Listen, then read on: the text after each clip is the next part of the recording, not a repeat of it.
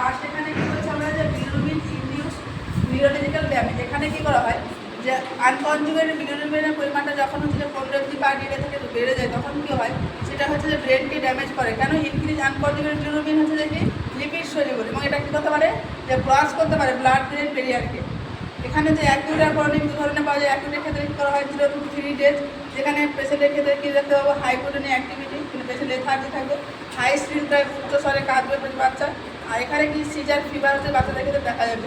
ক্রনিকের ক্ষেত্রে আমরা কী দেখতে পাবো যে এক্সট্রা পিরামিডাল সিমটম দেখতে পাবো কোরিয়ার ক্ষেত্রে। এখানে কী হবে অ্যাবনর্মালি হচ্ছে যে কি টোন বা প্রস্তাব থাকে পেশেন্টের ক্ষেত্রে। সেন্সারি নিউরাল হিয়ারিং ড্যামেজ এখানে দেখতে পাবো পেশেন্ট কী হবে যে কানে শুনতে পাবে না। তারপরে এখানে আর কি পাবো যে ব্রেস্ট মিল্ক জন্ডিস কেন হয়। ব্রেস্ট মিল্ক জন্ডিস কিছুর জন্য হয় কারণ হচ্ছে সামপানি প্রেজেন্ট থাকে ব্রেস্ট মিল্কের মধ্যে, তার জন্য আমরা কী করি যে ব্রেস্ট মিল্ক জন্ডিস দেখতে পাই। আবার ব্রেস্ট ফিডিং জন্ডিস হয়। ব্রেস্ট ফিডিং জন্ডিস কী হয় যে এখানে ডিউ টু ল্যাক যদি কম বাচ্চা কী করে ব্রেস্ট ফিডিং করে তাহলে কী হচ্ছে স্টুল আর ইউরিনের পরিমাণটা ডিক্রিজ হচ্ছে। স্টুল আর ইউরিনের পরিমাণটা কম হচ্ছে তাহলে কি হচ্ছে এক্সক্রিয়েশন হচ্ছে, পরিমাণটা বিলিরুবিনের পরিমাণটা হচ্ছে ডিক্রিজ হচ্ছে। এখানে দেখা যায় যে 7 দিনের মধ্যে দেখা যায় লাইফের। আর এখানে ট্রিটমেন্ট কী বলবো আমরা মাকে বলবো যে ব্রেস্ট ফিড হচ্ছে যে বারবার করাতে আর প্রমোট ব্রেস্ট ফিডিং করবো। এখানে এবার হচ্ছে সাইন সিমটমস অফ হচ্ছে যে কি জন্ডিস। জন্ডিসের কী কী সাইন সিমটম দেখা যায়। তো ফার্স্ট যেটা হচ্ছে ইয়েলো ডিসকালারেশন অফ স্কিন দেখা যায়।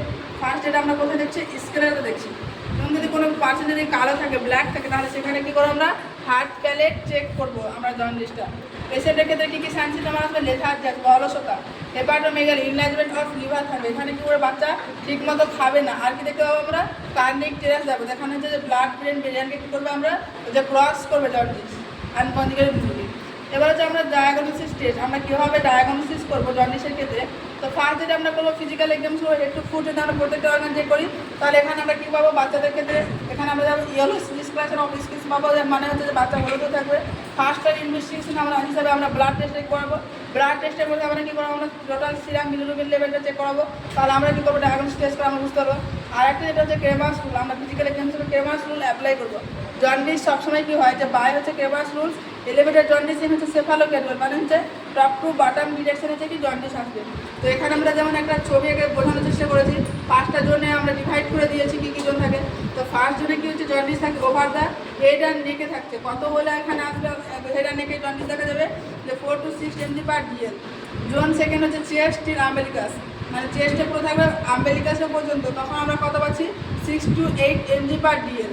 যেটা হচ্ছে জোন 3 আমরা থাই বা হচ্ছে লোয়ার অ্যাবডোমিনাল লোয়ার আম্বেলিকাস থেকে শুরু করে আমরা থাই পর্যন্ত পাচ্ছি, সেটা কত থাকলে তখন হচ্ছে 8 to 10 mg/dl থাকলে। জোন 4 কী হচ্ছে লোয়ার লেগে থাকছে, তখন আমরা কি এই জোন 4 লোয়ার লেগে থাকছে বা আপার এক্সট্রিমিটিতে থাকছে সমস্ত এরিয়াতে, তখন কত থাকছে 10 to হচ্ছে 50 mg/dl থাকছে। যখন জোন 4-এ আসছে জোন 5-এ আসছে কী হচ্ছে যে পাম আর শোল হাতের তালু পায়ের তালু দেখা যাচ্ছে। কখন দেখা যাচ্ছে যখন বিলিরুবিনের পরিমাণটা কী হচ্ছে যে 40 mg/dl থেকে কী হচ্ছে বেড়ে যাচ্ছে। এখানে আমরা আর একটা মোট সামনে একটা সাইডে আমরা কী করতে পারি জন্ডিস চেক করতে পারি ট্রান্সকিউটেনিয়াস বিলিরুবিনোমিটারের সাহায্যে। যে আমরা কী করবো যে স্টার নামে আমরা কী করবো আমরা যে বিলিরুবিনটা চেক করবো। আজকে এই পর্যন্ত।